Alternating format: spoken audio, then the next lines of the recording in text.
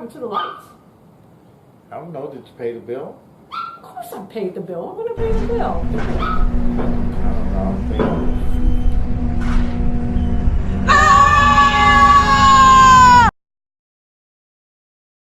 How you guys doing? I'm Peter, and this is Laurie. Yeah, you always talk for me now. We're with Heroes Character Rental Service, and we're here to review Venom. Venom. Right up our alley, finally, Yes. right? Yes. Right. So, Venom. Yeah, he's got his Marvel shirt on. Yeah.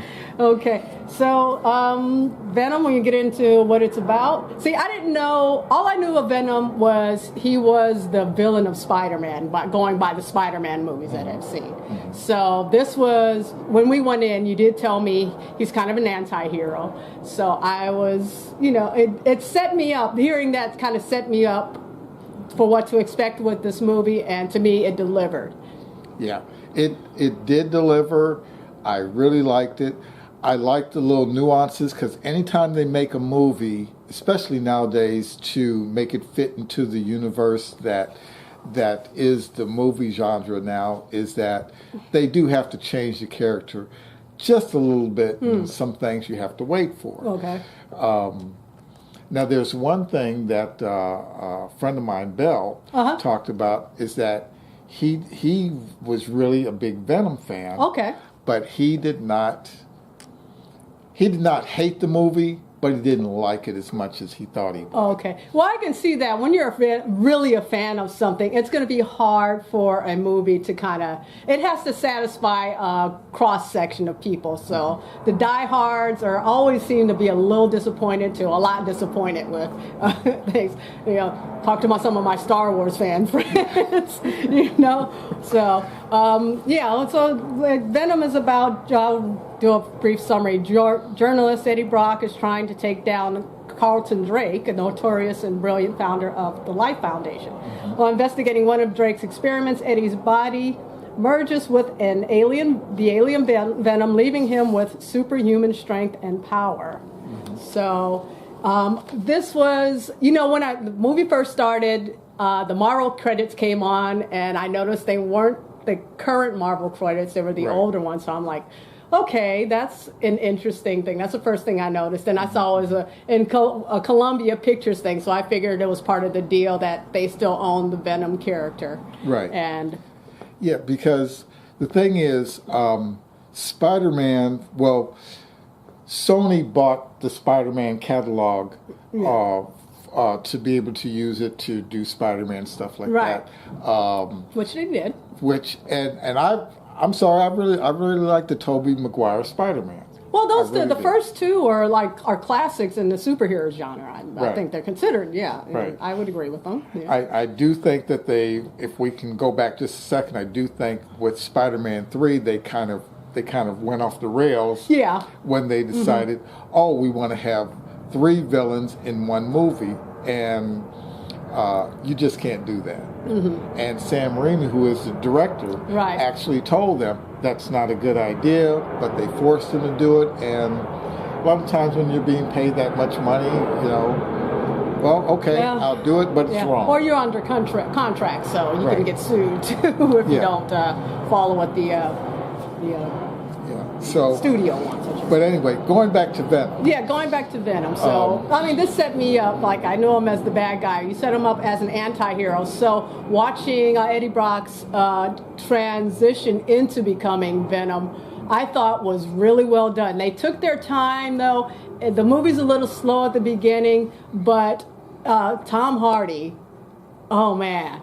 He's so great. Yeah. He is so great. And I'm a fan of his from, how much I love Mad Max. The most recent Mad Max. I love that movie, and he's in it.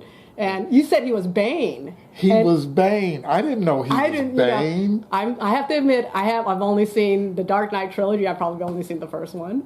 So I didn't see the Bane ones, but yeah. Yeah, I saw it, and I didn't realize that he had been Bane. Yeah. And I was like, wow, he was really good. Yes, and he's really good in this. I think he sold me on his his character, that person, that personality, I could buy him being an anti-hero, you know. It totally set that. Thought it did that beautifully, setting him up like that. Well, I thought it did too, but going back to my friend Bell, one of the things that he said that he didn't like was, well, a couple of things. He said he didn't like that because it was J. Jonah Jameson's son, who is the publisher of the newspaper that Spider-Man works for. Right, okay. He said, you know, none of that was there. He goes, and, you know, when did they cross Spider-Man? Because, you know, he liked that they used to have the white spider across Venom's chest. But I told him, well, actually, they really needed to tell the story of Venom. So if you would have had Spider-Man in there or a lot of this other stuff, it would have just been too distracting, just too much. But they did actually stick with the source material, which I thought was really great, because in one of the scenes, well, there is a ship coming down. You know, they did go to space and they got the symbiotes, and coming back once the ship crashed. I don't want to tell too much, but once the ship crashed, they do refer to one of the pilots saying it's Jamerson. Oh, really?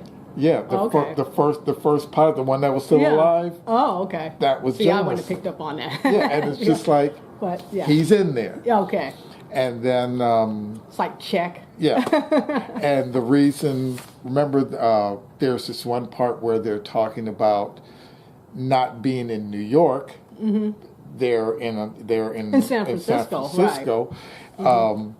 But Eddie Brock kind of explains why he's there. He's not in New York and why he's in San Francisco, which says this is why Spider-Man and I are not together. That he's not appearing. Right. So it does kind of. Right.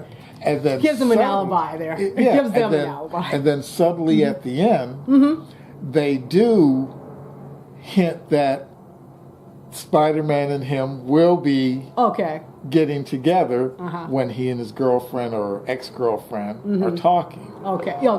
And they kind of bring that up. So they really, if you pay attention to the movie, not just the action, and the action was great. But they tie up all the loose ends and they say, here's this. So for any of you who are wondering, or any of you Venom fans who are wondering why Venom doesn't have the white spider on him yet, he hasn't met Spider-Man yet, but he will. So I wanted to bring up Michelle Williams, because she's one of these actresses. She's considered, I think she's won an Oscar. I'm pretty sure she has. She's been in a lot of great movies. She's been great in a lot of great movies. And I've seen her in these movies, but I can never remember this woman's face. I swear to God, it's like, she looks familiar, but I cannot remember her name. But she was great in this too. I tell you, there was one scene when she sees Venom for the first time. Her reaction is finally somebody has like a real world reaction to something crazy and unexpected that you would never in your life expect to see for real. And how she did that, I love. So I love how she decided that decision she made for that scene, and it was. Well, I'm telling you again, being a fan of Venom, being a comic book fan, being a fan of Spider-Man, I think they really did a good job with this movie. They took the source material and said, okay, we have to tell this story, but we can't tell it the way it was told in the books, because we would need this, that, or the other. So that's the story of movies in general. They can't. They have to tell stories a certain way. You can't do it in how they do it in your novel and thing. There are various reasons for that. So. But I think they took the source material and they said, we have to use this as an outline. We have to get back to it whatever we can. And they weaved a great story, a really good story, with really good actors. And they put it together and it really sells. Now, the thing that I noticed is that Rotten Tomatoes gave it a really bad score. I think like a 26 or something. That I can't believe. I mean, there are a few things I didn't like. I thought the CGI didn't look all that great. I mean, I have issues with CGIs in these type of movies just in general, but I thought it looked a little on the cheap side and could have been better. It's not up to the standard of other superhero movies. I thought that wasn't one of its weaknesses, and there were some things I thought we brought this up before, like the bad guys.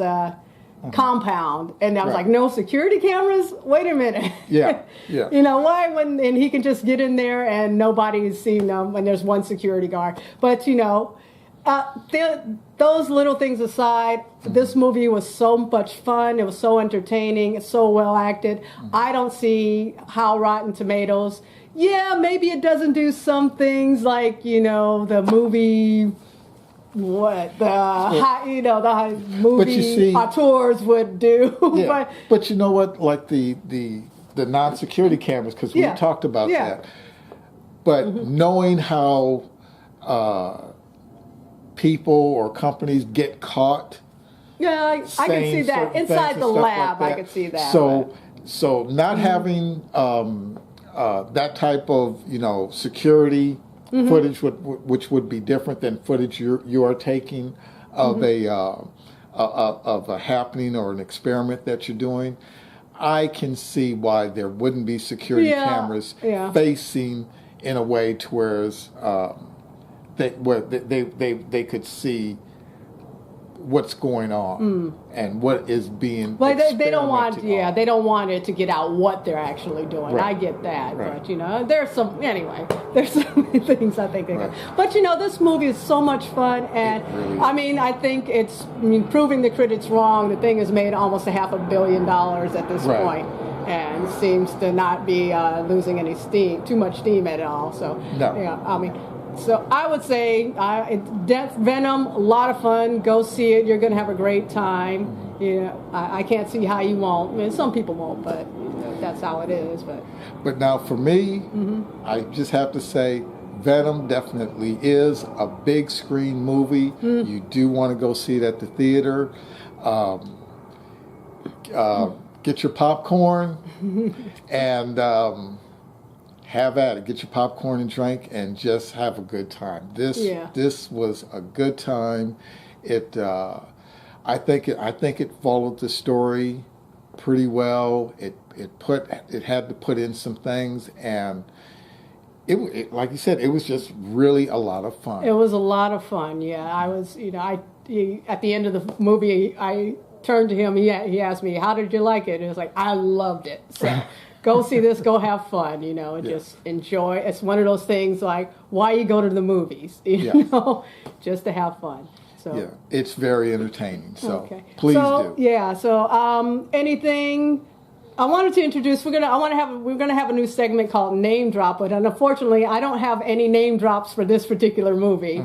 So we might have to hold that off until another movie. Right. Yeah. Right. But I do have, I'll do a name drop in terms of, I want to recommend a couple documentaries on Netflix that are on Netflix right now. One of them, I had the fortune of working for the executive producer last summer, so I got to see the final stages of filming and the final stages of editing of this. So it's called Feminists, What Were They Thinking? And that's on Netflix right now this October. So I was supposed to get a credit on it. I ultimately didn't, but it's a really good documentary. Another one I can highly recommend, I just watched yesterday.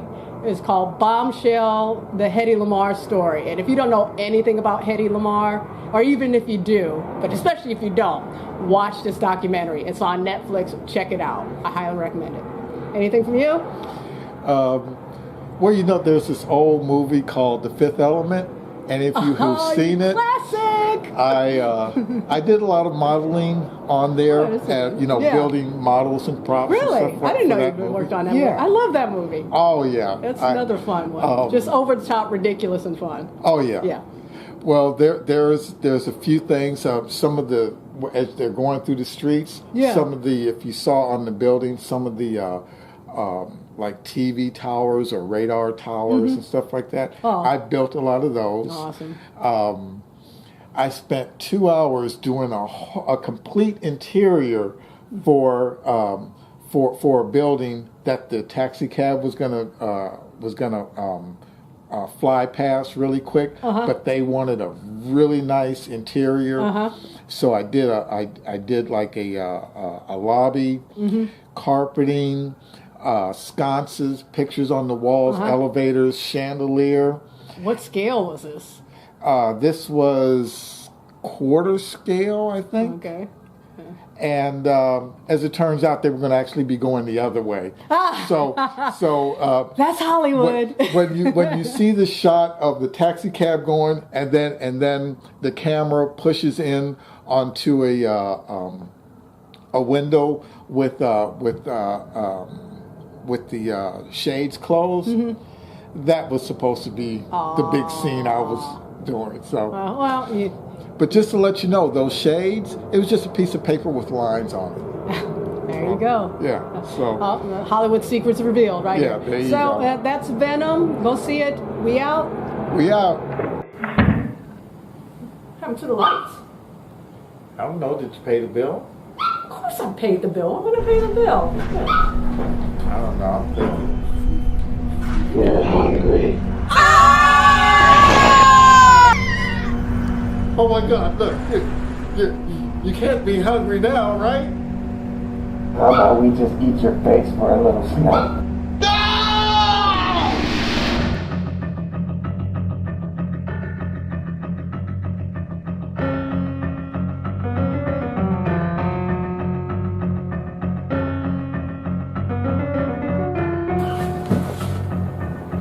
Come see us. We promise we won't disappoint.